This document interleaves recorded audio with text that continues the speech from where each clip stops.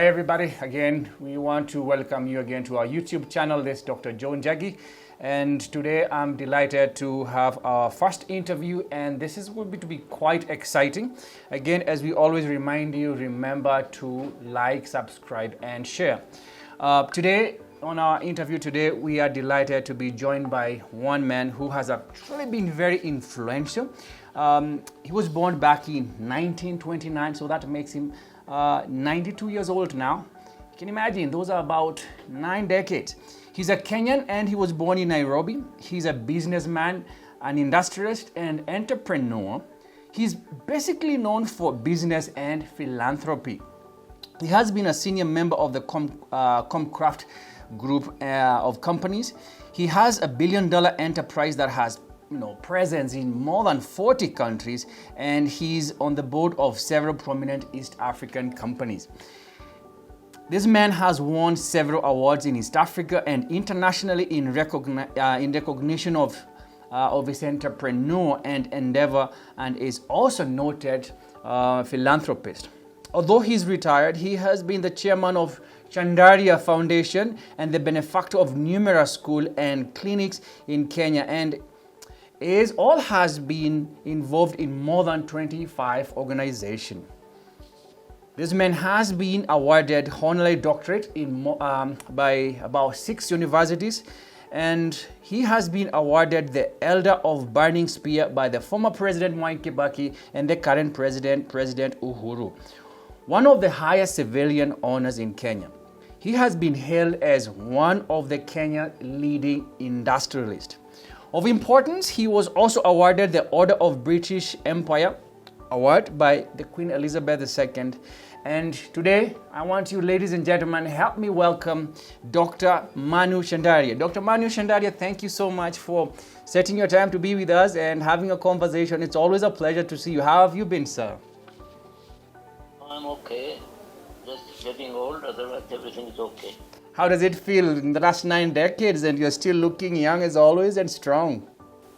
Well, I'm very surprised. I just saw a clip somebody sent me how our prominent the actors of the film industry, how they used to look like and how they look like now. And once I looked at it, I thanked Almighty that at least I kept my shape, I kept my figure, and also my face. I don't have that kind of wrinkles and turned completely different. Absolutely. Actually, I have been researching a little bit about you, and every time I see a video more than 10 years ago and now looking at you, it more or less the same looks. You more or less looks younger than you did a couple years ago. So that's quite interesting. What's the secret? Well, secret is, I think that as human being, you have a choice, either to be a good human being or to be a bad human being. It depends upon you. Because if you become a good human being, it brings a lot of issues which you need to sit down and resolve. But if you become a bad human being, it creates what you call a complete mental and bodily harm. And you continuously worry and you continuously try to agonize yourself. And I think that the best thing for me is I don't keep revenges. I always make very sure that my ground is level, and I don't want to be I don't want to be aggressive on any issues, except where I think that I need an intervention. Otherwise, I would just always basically keep myself happy. And the biggest thing is how to keep happy. And many a times we just don't know how to keep happy. Yeah. And we find so many ways, but we can't. Absolutely, and I think that's quite interesting, especially with the current trend and the direction the world is taking today. The word "good" I think is very relative, and the whole idea of keeping happy, I think it has been quite misinterpreted. How do you remain happy? How do you remain healthy? How do you remain good? Maybe just to answer that question, there's what we know of Manu Chandaria, and allow me to say we have known him as a very successful entrepreneur, philanthropist. But, we would want to hear from you yourself. Who is Manu Chandaria? Well, I was born, my father came down to this country in 1916. And at that time, he had some dream and his vision that if I earn 4,000 rupees, at that time, many of your listeners might not know that the currency of Kenya was rupees. So if you can earn 4,000 rupees, you'd go back and set a little shop in where he comes from, and then look after the family. But after 6 months of work, 6 in the morning, 12 at midnight, and 3 meals at the owner's home, he worked very hard and asked his boss, what is going to be my salary? And the fellow said that you do great work, everybody likes you, and you are very, very good at keeping everything up to date. Yes, I think that your salary will be 20 rupees a month, 120 rupees in 6 months. His dreams just crashed. He said that at this rate, how am I going to make 4,000 rupees? Actually, he had already spent 80 or 90 rupees out of the 120. So he said, no, I'll not go back, but I will certainly earn a living, and I then will go back. And I suppose he set up his own shop with his friend and the family, and then decided that, okay. And I think in the first year he did well. And at the time when I was born in 1929, and then slowly, he always felt that the difference between his future and our future is only education. He could not speak, read, or write English. My mother was illiterate, and she started writing first alphabet in my vernacular language in the age of 55.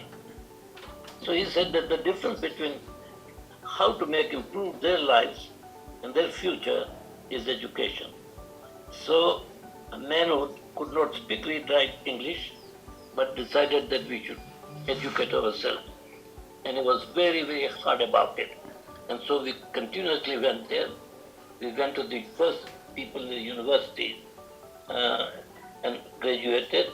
And the family decided that 2 of us, one of my elder brother and myself, to go to the United States and do an engineering. So when we came back, it was 1950. And we looked at everything.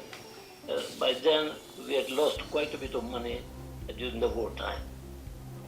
And so only thing that was left out were 2 businesses. One was Color Works, which manufactured pots and pans, keeping and having 40 people and 6 members of the family of Joe. And then there was another wholesale provision business in Nairobi. Color Works was in Mombasa. So we kept on arguing ourselves every day. 4 of us sat together, thought about it. I said, is this the life we are going to live? Or are we going to just get out from this family and then be on our own and work at 9 to 5 or something like that and get on with that job? And having a master's degree in engineering, I'm sure the job will be available without Right. any problem. Right. But during our wartime, we were very much influenced by Mahatma Gandhi. Mahatma Gandhi was at that time running what we call Quit India movement. Right. He had started from 1917 to 20, and he tried everything possible. And finally, he decided that we do not want any discussion. All we want, this is our country, please leave. And the Quit India movement was something where every collegian or university student was very much influenced and said, yeah, join. Exactly. And we joined. There was a price to be paid. And price was sacrifice. Right. And that was, we had to spin every day our own cotton and make threads, then give it to the guy who makes the textiles, and then finally make our clothes. For 4 years of my university, 4 years, my wardrobe was 3 shirts, 2 pair of pants, and 1 pair of socks. And today many of our children are having the same problem. But why was this? This man gave up all his life for the country's independence. That's right. And this was the sacrifice we had to give. And that whole vision came along back to us and said, hey, our parents have worked hard, educated us without them being educated. And if we are going to just move and say, goodbye, let's not move. And so we decided, sorry, no more discussion, and we started working hard. No Saturdays, no Sundays, no holidays, from 6 until, if necessary, until 12 at midnight, but continuously grow. In about a year and a half time, or 2 years time, we were 100 people. And then Interesting. we became 400 people. So when we became about 150 people or so, we went to our parents and asked, Papa, how about setting up Chandaria Foundation? And he looked at me. This was at 54, or 52, or 53. And he looked at me. He said, something wrong with you? So I said, what's wrong with me? He said, no, you know that you lived too long in the United States? I said, Papa, I've lived 3 years in the United States. Why do you say that I've lived long in the United States? He said, but we are not Rockefeller. We are not Ford. There's the big hole over here. And when you go home, there are 36 members. Come on, get on with the job. Forget about this foundation, whatnot. Get out. And we said, look, the only possible way why we wanted to be there is just simply one reason, that if we do create wealth, and we knew that we created from 40 to 400 people. Absolutely. If we do create wealth, then we must have some organization within our structure which will always draw our attention that besides making money in your business, you also have a responsibility for the society that you live in. Absolutely, absolutely. And so it said, go. Yeah. He said, go. And so Yeah. we went. And after 4 years, 5 years, he came back. I said, here is 10% of my company. Your idea was very good. Create Chandaria Foundation. And that's how the Chandaria Foundation was created. And what was the first project? One scholarship. One scholarship it was. To write to the applicant, one scholarship. To write to the applicant every 3 months, every semester, every 3 months. What was the result?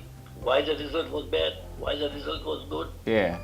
And approve and appreciate. And from that day onward, the Chandaria Foundation grew.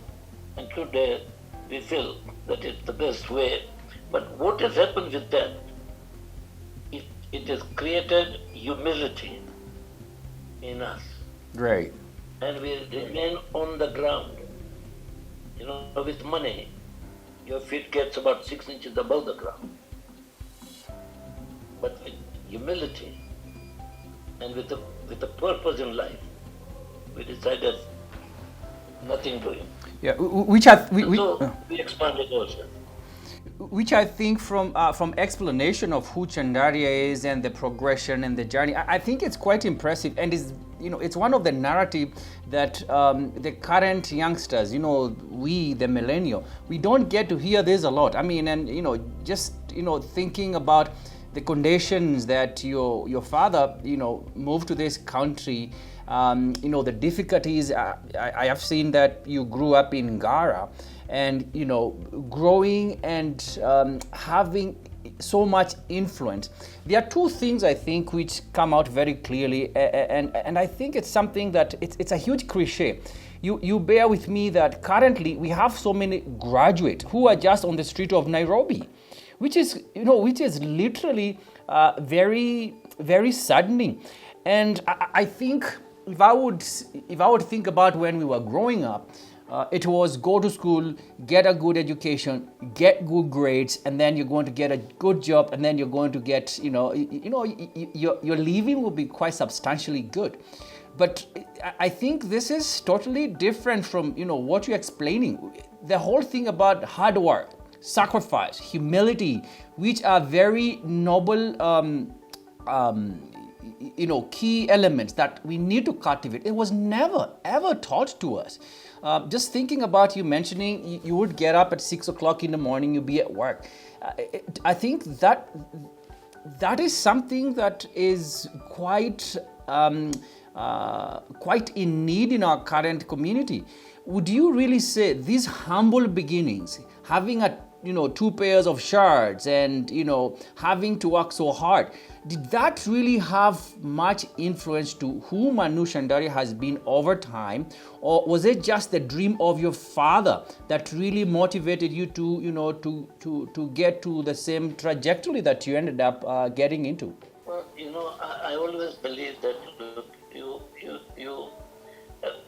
our parents gives us the maximum what they can give. Right. And many of them, you told that millions of graduates are basic streets today. Why? Who is responsible?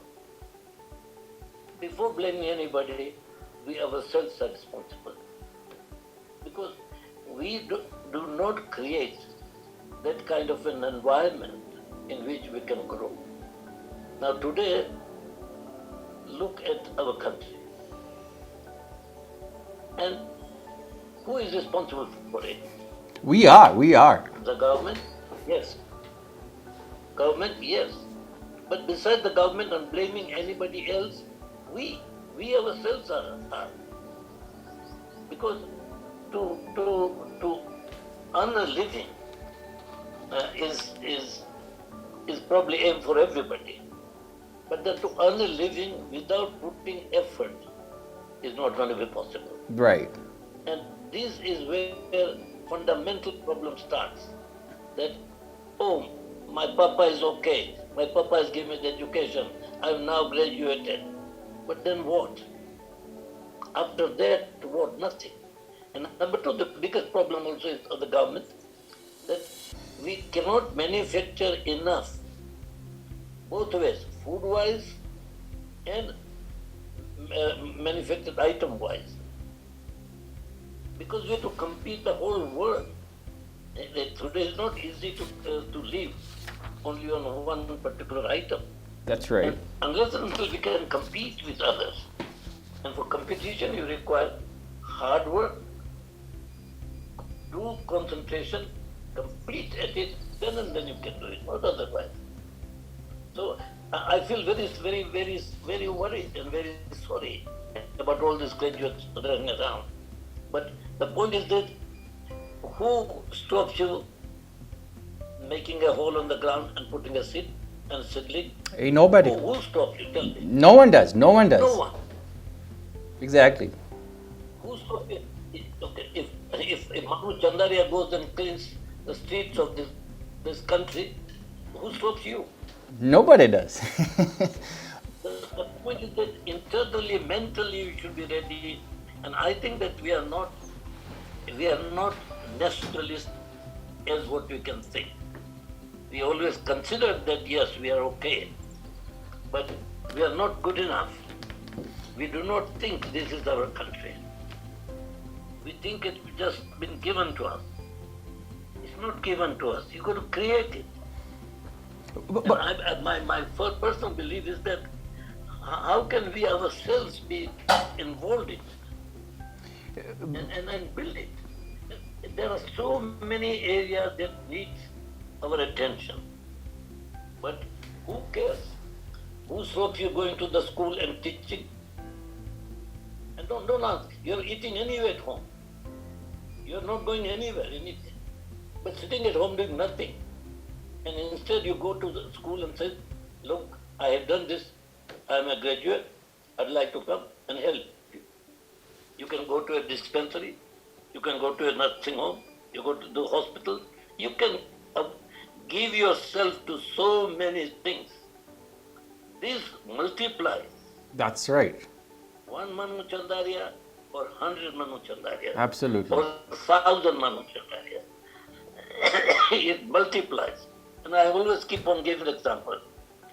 0 multiplied by 0 is always 0. Absolutely. Until you reach 1. And you work hard and you reach 1. But remember, 1 multiplied by 1 is also 1. You can multiply 100 times until you reach 2. Then you've got to multiply. 2 by 2 is 4. You can go linear, 4 by 4, 8. Or you can go 4 by 4, 16. That's right. It depends upon you. But unless you first put that into your mind, that I have to start that from 0 to 1 to 2. And nobody's going to feed you. Nobody's going to take you around and say, here is what you're going to do. What we expect is everybody's going to give us a job and we'll live with that. That's not going to happen. You know, unless and until we make very sure that we can stand in competition with other countries, it cannot happen. Yeah, and I think that's a mentality that you know, it's this entrepreneur mentality that most of us don't have, whereby, you know, someone would say, well, you're talking about Manu Chandaria, it's been almost 6 to 7 decades they've been in business. Those opportunities are not there. But then, you know, I'm just reminded that we have killed a lot of industry.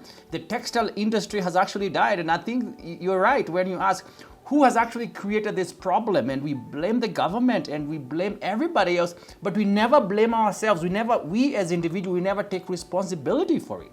I think it's an excuse mentality, and if you keep giving this excuse, oh, it's because, you know, it's Manu Chandaria, or it's the government, or there are no opportunities out there. I think this just kind of reminds me the first conversation we had, and I remember very well.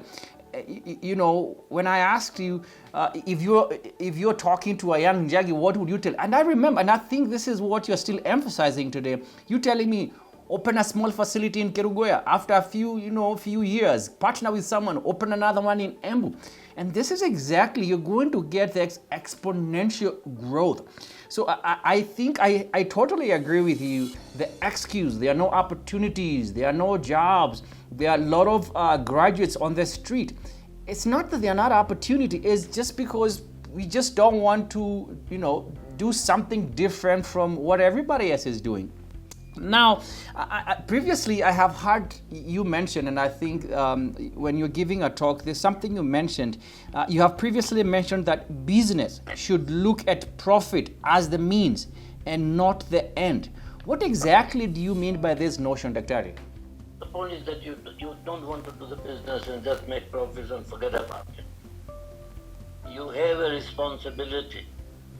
After making profit, there is a serious responsibility. And serious responsibility for whom?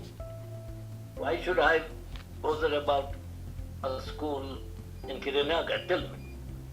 Should I bother? Why should I bother? Exactly. This morning I'm reading a newspaper, a request from Ebenezer Children's Center. Mm-hmm. Ebenezer Children's Center takes mentally retarded children and the children from the streets and train them. And they came down with an issue that I would like to put up a honey apiary. so that I can put the honey units and we can make the honey. They came out with 100 pieces. I said, listen, this is your first trial. I don't think you need to do it. It makes more money in 6 months' time than the cost of the whole project. So I told him that, look, the best thing is that let's get to a size where you can start. Because you don't know how to do it. You'll make ups and downs, you'll forget, you'll drop, you'll come up again, you'll drop again, you'll come up again. But once you've done it, then you will have a sure income. And so the point is that who wants to read this, tell me? Why should I be bothered with autistic children somewhere in Kajiado area? No, I should not be bothered. You should not be, exactly. But it is. I want to remember that because it's my duty. Right. That every Kenyan, and even the worst disabled Kenyan, even the best, that they all have a right for something that they can be able to do it. And my personal feeling is always that way, that there is no end to what you can do. But mentally, you should be committed. Physically, you want to put that pain onto yourself to do it. If you can't do it, and you just only dream in the air, nothing happens. And today, our country is, thank goodness that our country, in spite of all this problem, we are best in the Eastern Africa. Absolutely, absolutely. But to remain number one in Eastern Africa and in the Southern Africa is not easy unless everybody takes to make it happen. And making happen is not just talk. It takes a lot of activity. Right. And I think that Kenya has got a good chance, but the point is that this unemployment people, you're never going to get employed people at this. How can you make yourself employable? Well, doing yourself things that keep you busy. It might not bring you the food anyway, because today your papa is giving you food. Your mom is giving you food. But you are doing nothing about your 8 hours. Your 8 hours you are sitting, mourning, complaining. That's not the way to do it. I guess you're right, but then again, just paraphrasing what you've mentioned, I think these are qualities that start from our bringing up. Because if I read your story, is that family was something that was very important and was very pivotal into developing Manu Chandaria. And I think this is something that you have really mentioned with your brothers and your cousin. You had a family that remained together. So even actually when you went out there, it's just affecting one and touching one. And if we all kind of bind together, we form this very strong fabric. And, do you really think with the current situation whereby it's even very difficult now even to have family members, pull together and pull their resources together, leave alone the obligation that we have to make sure that we are our brothers and sisters keeper. We as a nation, leave alone as, family and, partners in company.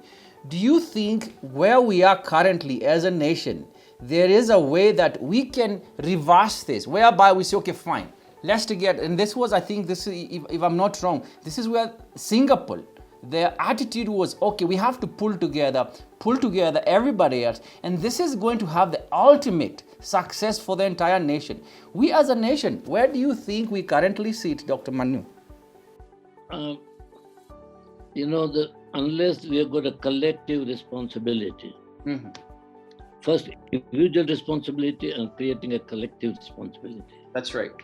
We'll never make it. Absolutely. Now, as and when you go out to do anything, you got to ask yourself, should I buy this or should I buy for the river tax? Choice is yours. Choice is not somebody's going to make it in America. Choice is yours. Oh, but this is very good. It comes from India, it comes from China. Yeah, it's okay. But you want survival here. They are not going to give you the jobs. So the best thing is to first find out what can we do for our country. And for the start is, are you a nationalist? Okay. Do you believe that this is my country? If you believe that this is my country, then certainly you will be able to stand up. But if you don't believe in it and you expect somebody else to do it for you, no, nothing's going to happen. So, of course, before we kind of wind up, I know we are almost out of time here.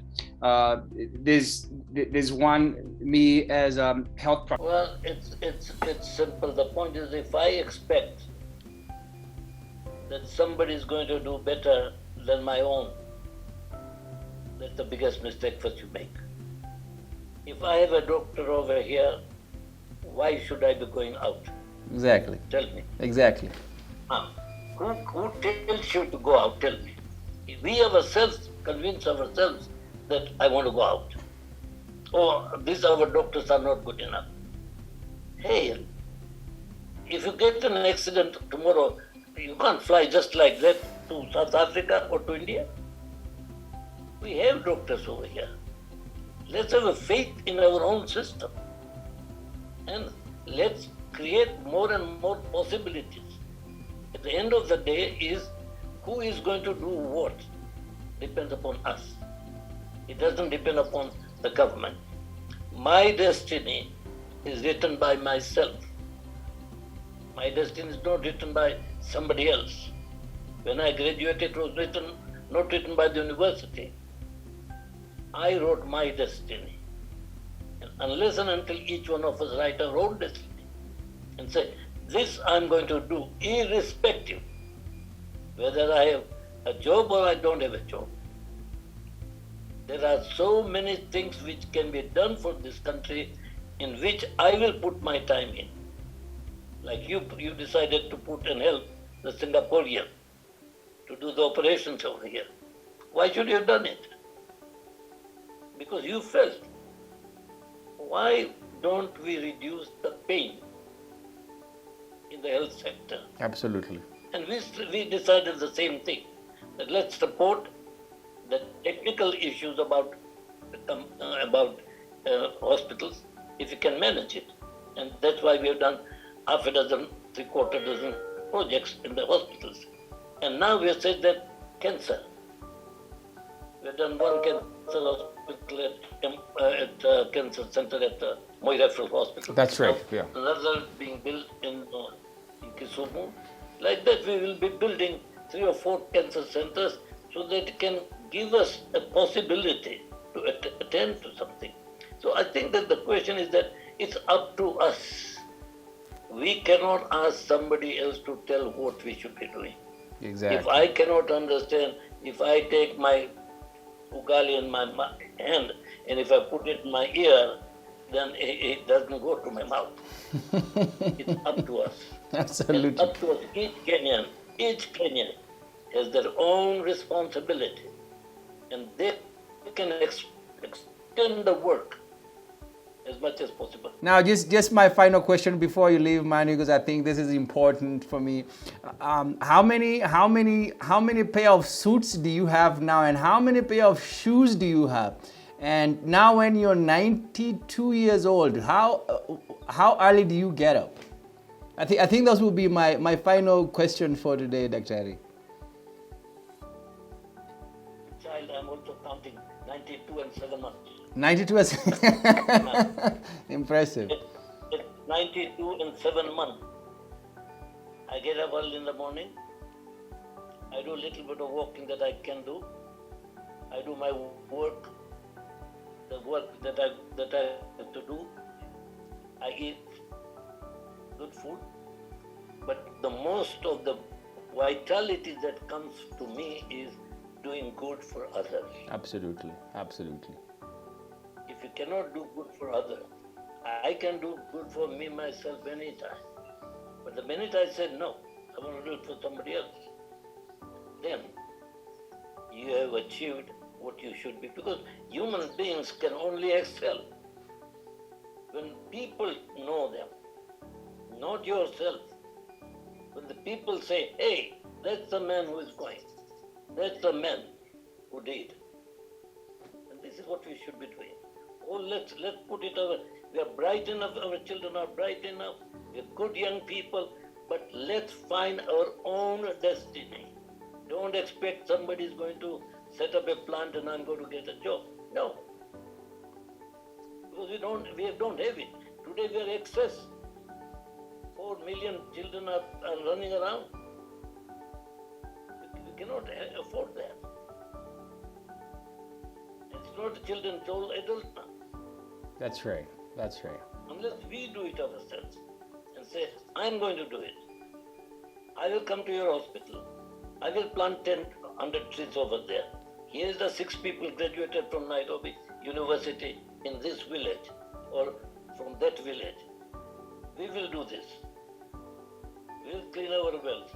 We will repair our roads. We will sweep our places. We will help our schools.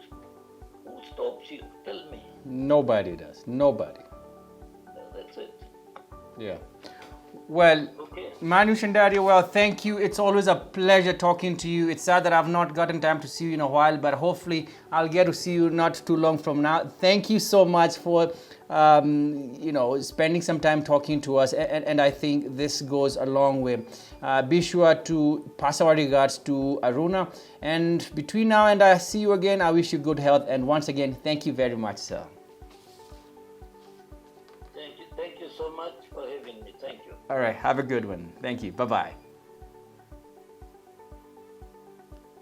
So, ladies and gentlemen, that we just winded our conversation with Manu Chandaria. Again, as you can tell, we have an obligation to take care of each other if we are going to develop the nation that we want to live in. Until we see you next time on our next interview, as we always tell you, remain to stay healthy, and remember to subscribe, like, and share our channel. Until next time, talk to you later.